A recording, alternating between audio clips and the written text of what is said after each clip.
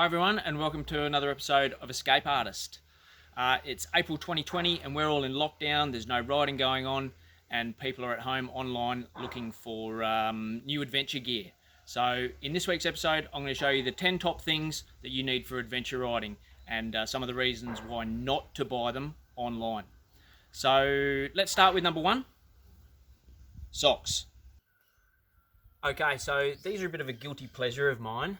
It's a fetching look, I know, but they're just, they are incredibly comfortable. And that's largely because motorcycle socks, motocross socks in general, are of very high quality, plenty of elasticity, and that helps them to act like a compression sock.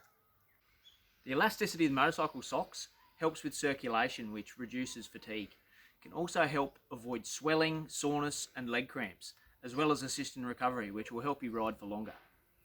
So you want your socks to be higher than boot level, because what these do is they wick moisture out from in your boot, up over the boot and out, so that at the end of the day you actually have quite dry feet rather than sodden feet that are really uncomfortable.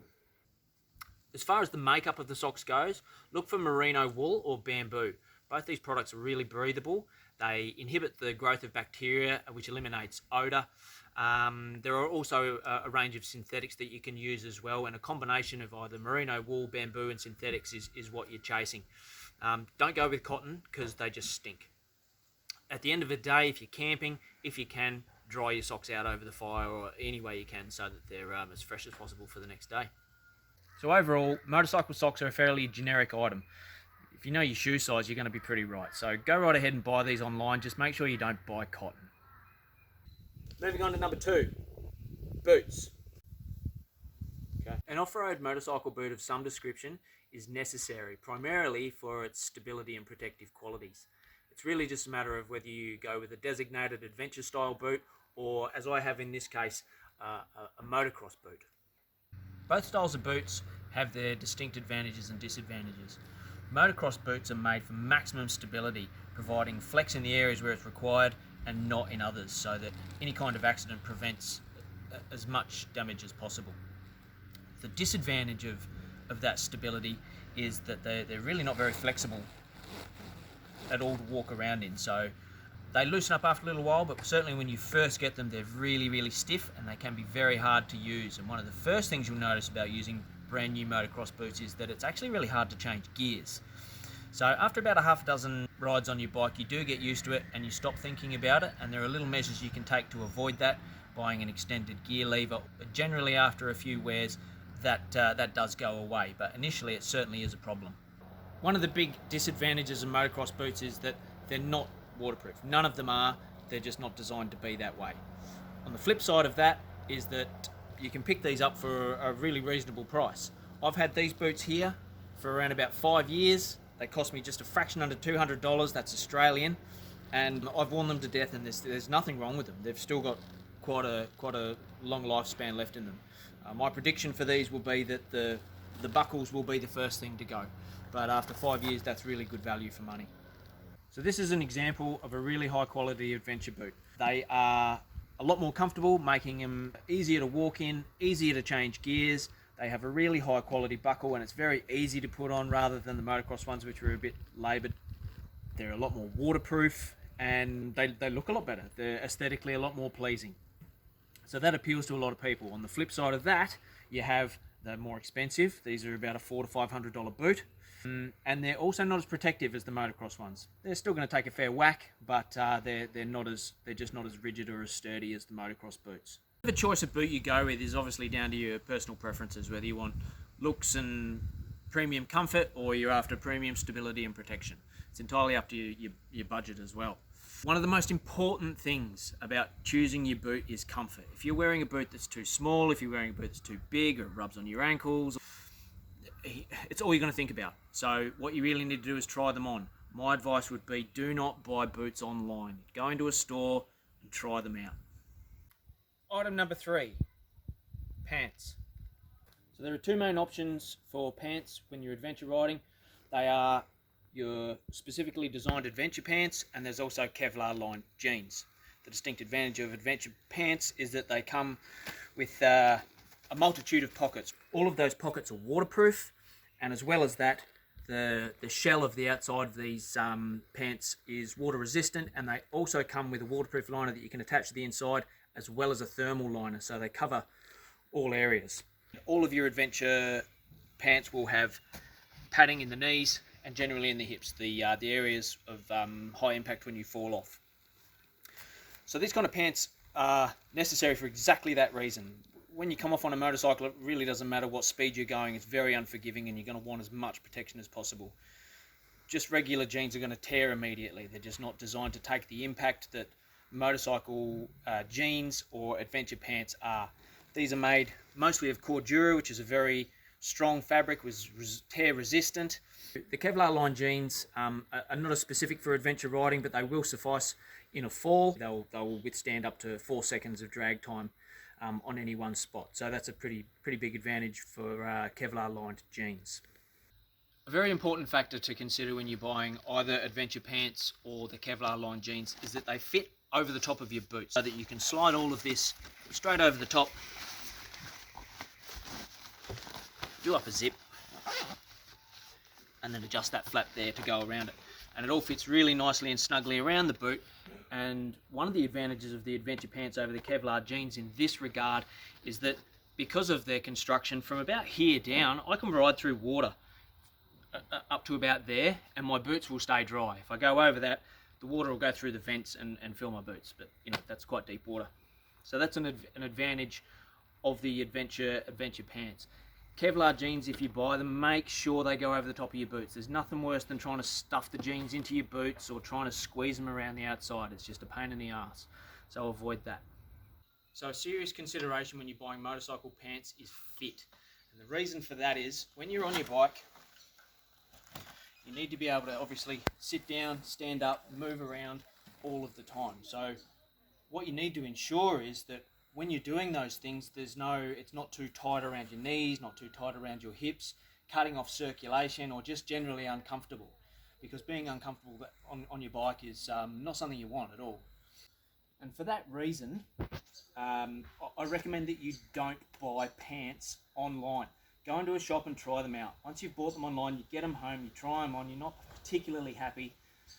It's just a massive hassle. So get yourself to a store, try several pants on, and make sure they're comfortable. I have a pair of Kevlar line jeans in my motorcycle kit, purely for riding around town. If I'm not going adventure riding and I just want something I can get about town in, this is what I wear. They still have the padding on the hips and the knees, and that's something that you should look for in a pair of Kevlar jeans. But as a general rule, they're a bit heavier. They're certainly not waterproof, so they don't fit the bill for adventure riding. If you're going for a day, sure, but if you're going on a multi-day trip, you're not sure what the weather's going to be like, I would probably avoid them. So let's talk about the cost. Now these pants, adventure pants, Kevlar jeans, they're not going to be cheap because of what they are. They're specifically designed to protect you in every situation, whether that be a fall or bad weather. So a pair of these, this is getting towards the lower end of your adventure pant range. These are still $300.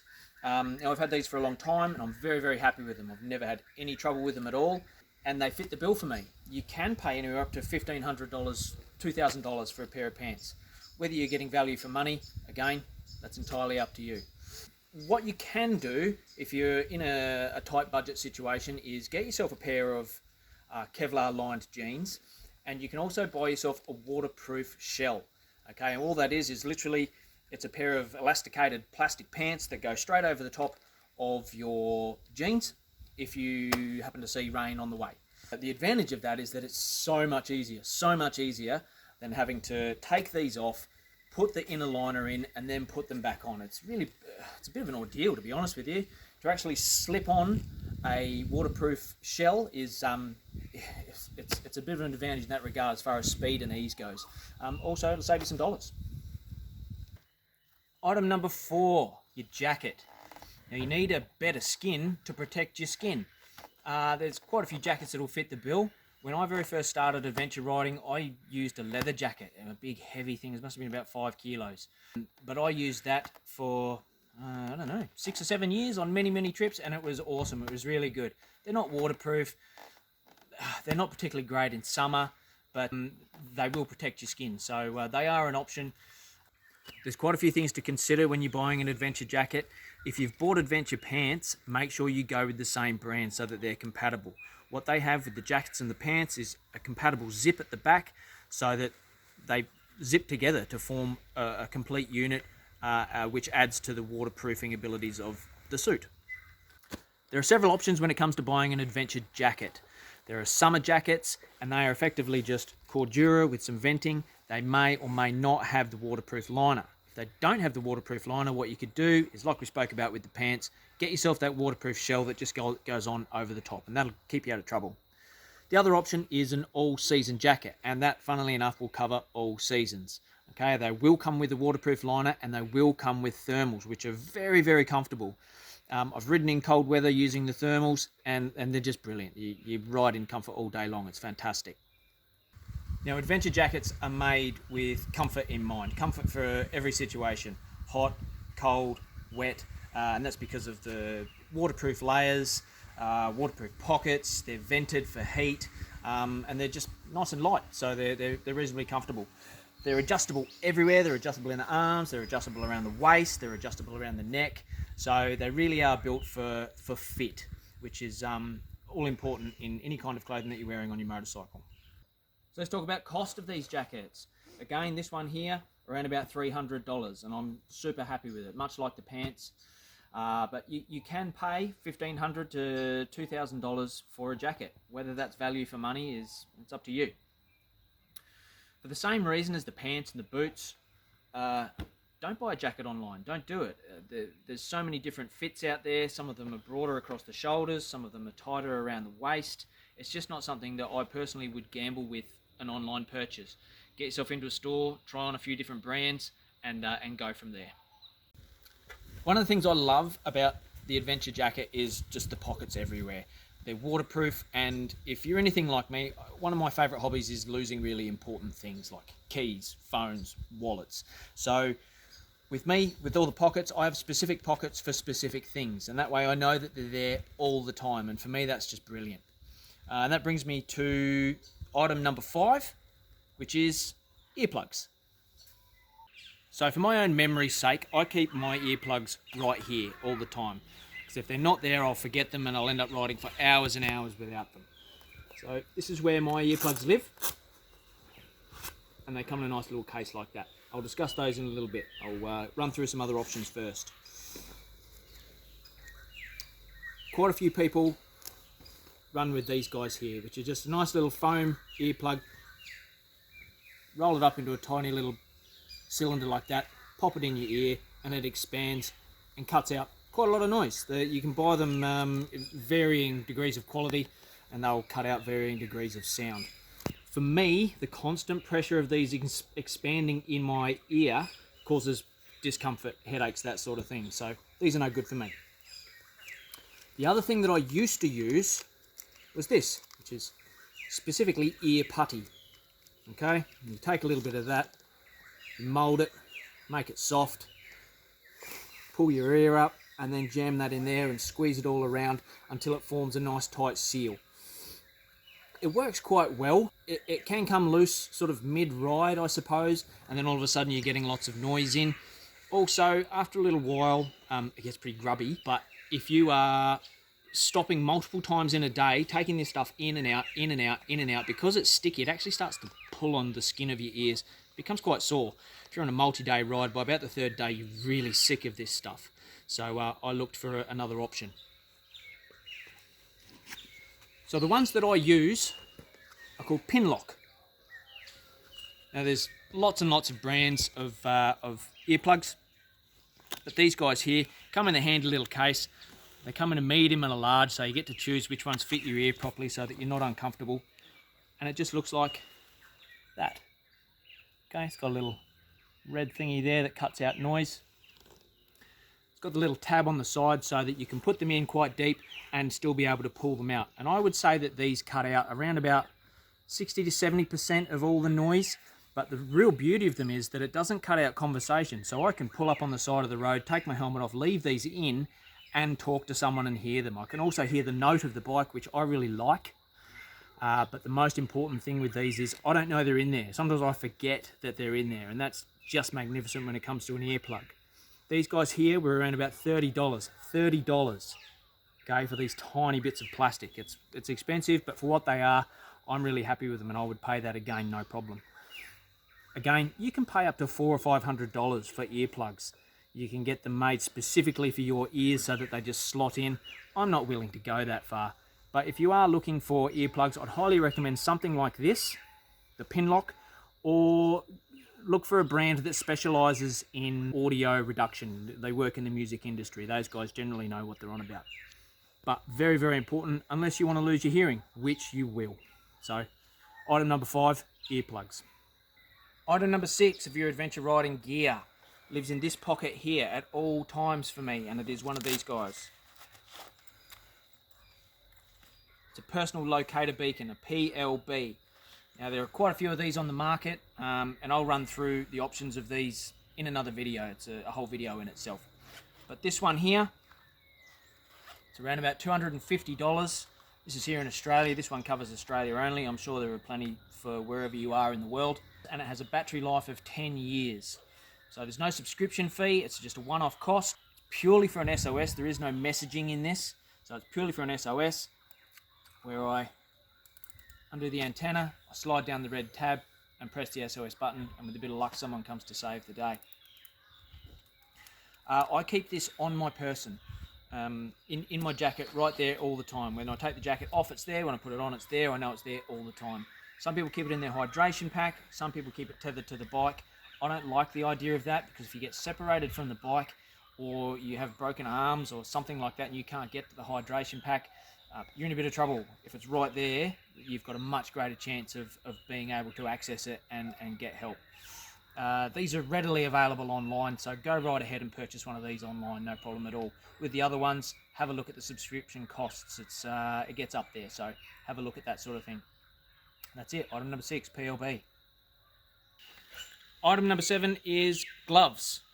Now, gloves are an important part of your adventure riding protective equipment, because if you have some sort of accident, you come off the bike, the first thing you're going to do is put your hands out to break your fall. So you certainly don't want that to be bare skin. You really want to have some kind of protection on there. Not all gloves are equal. Depending on the brand will depend on the quality of things like stitching and the composites that are in there to protect your skin. Some of them will have a little joiner between the little finger and the ring finger, so that in the event of an accident, the little finger does get pulled away and snapped off. These ones don't have that. The more expensive gloves definitely will. They'll have little sliders on the side there as well, so that the finger can slide down the road rather than grab with the leather and tear off. Same with the palm, heel there, something protective to help, because that's going to be a major point of impact. Lots of gloves will say they're waterproof. If you read the reviews or watch the reviews, not many of them are. Okay, so research that for yourself if waterproofing is something that you really want in your gloves. These ones here cost me about $40. This is the second pair of these that I've had, because they're just great. I've paid more for gloves that were of far less quality, far less comfortable. So I've stuck with these. They conform to all the Australian safety standards, and that's something that you should be looking for as well, is the safety standards that are relevant for your region of the world. But they're comfortable, and they allow me to ride my bike and use the gears, the throttle all day long without getting tired, and that's something that you need to consider when you're buying gloves. I highly recommend you don't buy them online, because as I said, not all gloves are equal. They don't all fit the same, so get yourself into a store, try lots of brands on, and find one that fits you. Everybody's hands are a different size and shape, so it makes sense that not all gloves are going to fit you regardless of what they say, and regardless of how expensive they are and all of that sort of thing. So figure out your budget, go and try some gloves on and find the ones that fit you and you're going to be able to wear all day. Item number 8 is a hydration pack. Now, the whole concept of adventure riding would suggest that you're going somewhere reasonably remote, probably for more than an hour or two, so you definitely need to carry water. As with all of the gear we've spoken about, there's a multitude of brands out there that are specialising in this sort of equipment. So with the hydration pack, generally the more you spend, the better fit it's going to be, and fit on an adventure bike is really, really important. You've got 2 to 3 litres of water sitting in the back. What you don't need is what they call a dancing monkey, which is the bag just bouncing around on your back. So the more money that you spend on a hydration pack, the better fit it's going to be, the more adjustable it's going to be, the more comfortable it's going to be. This one straps around my stomach, and it's also got 2 clips across my chest. It doesn't move around at all. It's a 12-litre pack. It holds 3 litres of water and 9 litres of stuff. The water tube clips in there really nicely, and it's got a really high quality bite piece on it that has a lock, which is fantastic. The amount of times using cheaper ones that I've lost water because they don't have a lock, just ridiculous.